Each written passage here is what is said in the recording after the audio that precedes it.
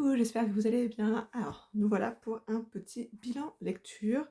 Je ne sais plus si dans la vidéo précédente j'avais parlé de La maison aux orchidées de Cynthia Riley. Je ne sais plus. En bref, j'avais bien aimé. Voilà. C'est pas le meilleur pour moi, mais j'ai beaucoup aimé parce que j'aime bien les orchidées. Après, la Thaïlande ne m'inspire pas plus que ça en termes de voyage, etc. Donc,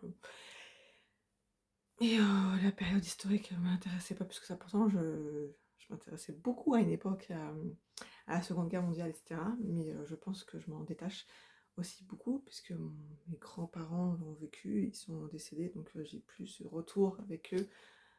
Autant ma grand-mère, pas du tout, elle n'en parlait pas, mais mon grand-père parlait souvent d'Allemagne, puisqu'il était prisonnier en Allemagne. Bon, alors ça se passe pas du tout en Allemagne pour le coup, hein, mais je pense que je me suis éloignée de tout ça parce que je suis plus en contact avec des personnes qui ont vécu cette période. Ou alors c'est pas du tout ça. On va pas faire une séance psy aujourd'hui. Mais je pense que j'en avais parlé de ce livre. Je sais plus. Je sais plus, désolée. Entre-temps, j'ai lu Grindadráp de Caril Ferret. J'avais un petit peu peur puisqu'on va parler des îles Féroé et des massacres des dauphins, etc. Le massacre est bien présent. On a aussi pas mal de choses autour des cétacés, etc. Et ça, c'était très intéressant. J'ai beaucoup aimé, moi qui étais sur des lectures un petit peu bof, juste la fin. La fin n'est pas assez achevée pour moi, dans le sens où on n'a pas la réponse à toutes les questions. Ou alors c'est moi qui me pose des questions là où il n'y a pas forcément besoin, je ne sais pas. On va suivre Gab,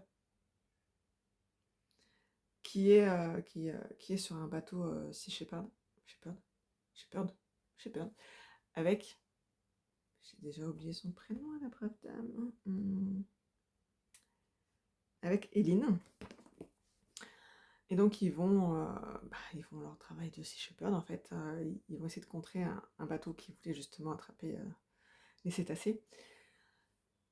Mais une tempête se profile à l'horizon et fracasse beaucoup de choses. Donc le bateau sur lequel ils étaient avec plusieurs autres personnes, en fait ça va être les deux seuls survivants et ils vont se retrouver sur les îles Féroé, quoi, une des îles Féroé, dont j'ai oublié le nom parce que c'est des noms de Féroé quoi.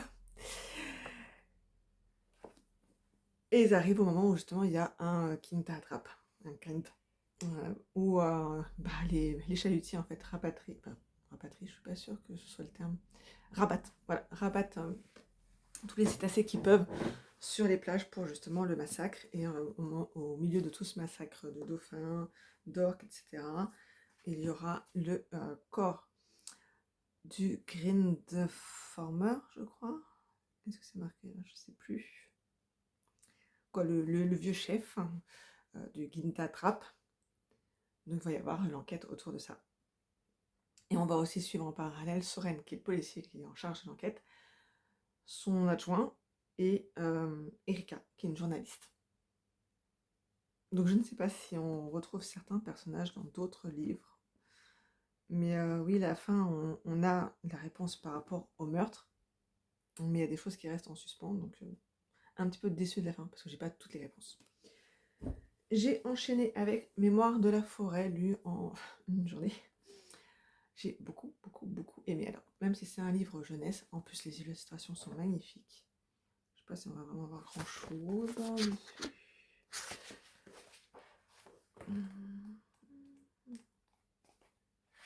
Hop là, j'ai perdu la page pour une illustration.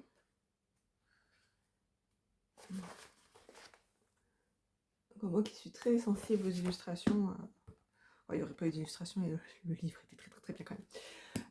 On va suivre. Donc Archibald de Renard qui tient une librairie. Alors c'est une librairie un peu particulière où en fait les gens déposent leur unique livre. Donc, quand je dis unique, c'est exemplaire. Unique exemplaire. Et du coup, Archibald en fait vend les exemplaires en général en fonction de la personne qui reçoit. Sauf qu'un jour, il vend un livre qui s'appelle... C'est pas marqué derrière. Flûte. Mémoire d'Outre-Terre. Écrit par Ferdinand Taupe. Ferdinand Taupe est atteint de la maladie de l'oubli-tout, donc Alzheimer. Donc il oublie des choses et en fait le livre qu'il a écrit doit lui rappeler ses mémoires, d'où le titre Mémoire de la forêt. Et Archibald décide de partir avec Ferdinand pour essayer de retrouver le livre et aussi de partir sur des photos que Ferdinand a, qui lui permettront de retrouver Maud, sa femme. Voilà, on va suivre toute cette histoire-là. J'avoue qu'une petite larmichette a coulé, parce que je trouve ça à la fois beau et triste. Je ne sais pas à quel âge c'est recommandé. Je crois que c'est pas marqué. Mais c'est pas pour les petits, quoi. Non, déjà parce qu'il y a plus des 300 pages. Mais j'ai trouvé ça très très beau. Après, je sais pas si je lirai la suite.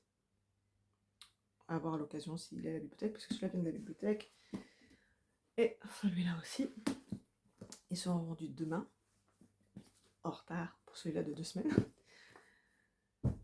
Voilà, donc j'ai beaucoup aimé celui-là. Et là, je suis en train de lire Matthew Perry, Friends, Mes amours et cette chose terrible.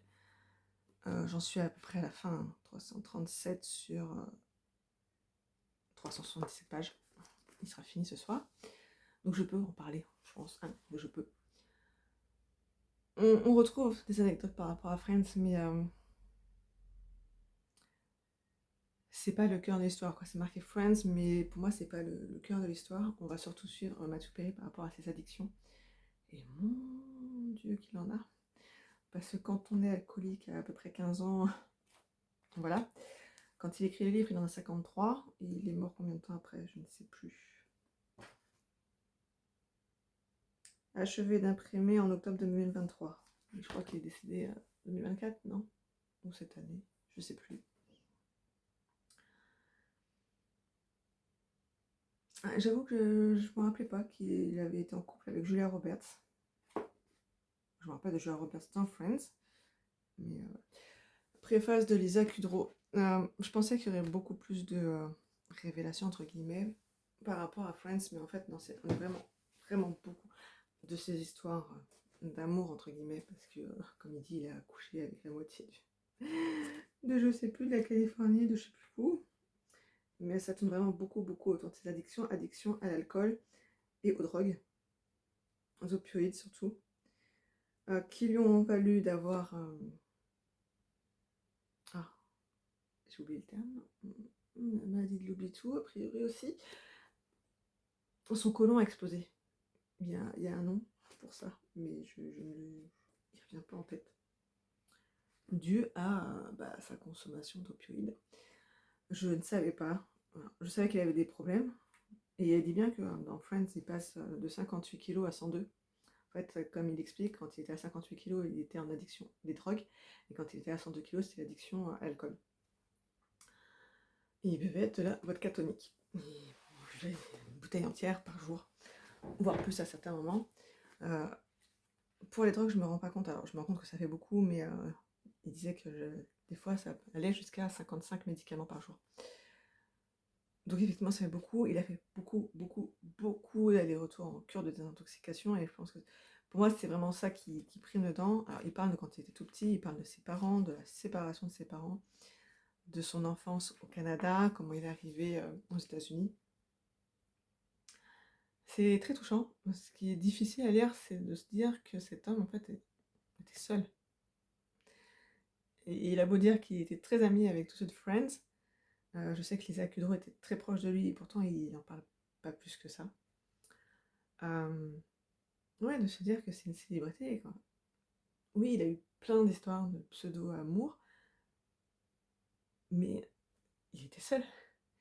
Et son truc de prendre de l'alcool, c'est aussi dû à son père. Ce serait un peu facile de dire que c'est son père qui l'a engrainé, mais il a vu son père boire de l'alcool, donc il s'y est mis aussi. Et les drogues, en fait. Il avait tellement peur de l'abandon, etc., qu'il se mettait là-dedans, et il le dit, c'est quelque chose de terrible pour lui, parce que il avait l'impression d'être un monstre, qu'il fallait qu'il s'échappe de ce monstre. Et il le dit aussi qu'il était suivi par les psys, etc. Ouais. Il y avait du monde autour de lui, et que malgré ça, il a passé les 3/4 de sa vie sous emprise soit de l'alcool, soit des médicaments, soit les deux. Et qu'il a passé des années et des années en cure de désintoxication. Moi, je trouve ça assez dur. Donc, il me reste 30 pages. Voilà. Et celui-là est toujours en pause. Pourtant, j'ai bien avancé. j'ai bien avancé, mais je suis toujours pas arrivée au milieu du livre où il y a les photos. Je pense que quand je serai arrivée au milieu du livre avec les photos, je me dirai ouais, j'approche la fin. C'est à la fois, je trouve que c'est à la fois intéressant et pas forcément intéressant. C'est triste. Mais j'ai pas d'affect en fait avec la famille Obama. Et je pense que ça joue aussi sur le fait que j'ai du mal à rentrer dans son histoire. C'est sa vie en fait. Et comme j'ai pas d'affect, voilà. Après, c'est pas inintéressant de voir le rôle d'une femme noire américaine, états-unienne, de se dire qu'elle a aussi connu un petit peu, beaucoup même, le racisme, etc. Alors que 21e siècle, quoi, son histoire commence avant le 21e siècle, mais de se dire qu'il y a eu tellement de choses avant et que malgré tout elle a connu et que certainement il y en a encore plein d'autres qui connaissent ces situations-là à l'heure actuelle, c'est un peu déstabilisant parce que c'est vrai que en tant que femme blanche, je ne me sens pas concernée, pas dans le sens où ça m'intéresse pas, mais dans le sens où j'ai pas vécu les discriminations comme elle. C'est voilà, ça parle plus, même si je suis au courant des choses. Après, c'est le fait aussi de qu'à un moment elle veut changer de situation professionnelle. Bon, ça c'est des choses que j'ai vécues, mais pas du tout au même stade qu'elle, vu qu'elle a fait des études de droit et qu'en fait elle dit ça m'intéresse pas. Voilà, plus sa rencontre avec Barack Obama, et j'en suis où je crois qu'ils doivent se marier. Donc on n'est pas rendu à la fin de l'histoire, hein. Et il y a quasi 500 pages. Et j'en suis à 204. Donc peut-être qu'un jour je l'aurai fini. Il y aura peut-être un jour un bilan de ce livre. Voilà. Et ouais. On est le 8 août. Donc ces deux-là ont été lus la semaine dernière. Et celui-là, je l'ai commencé dimanche soir. Alors j'avance pas très très vite. Parce que mon frère est venu à la maison faire des travaux et que j'avais mes 4 enfants aussi. Donc j'ai lu moins vite, bien sûr. Mais voilà, il sera fini ce soir. Après, j'enchaînerai sur je ne sais pas. Ah, c'est peut-être la nuit du hasard demain. À voir.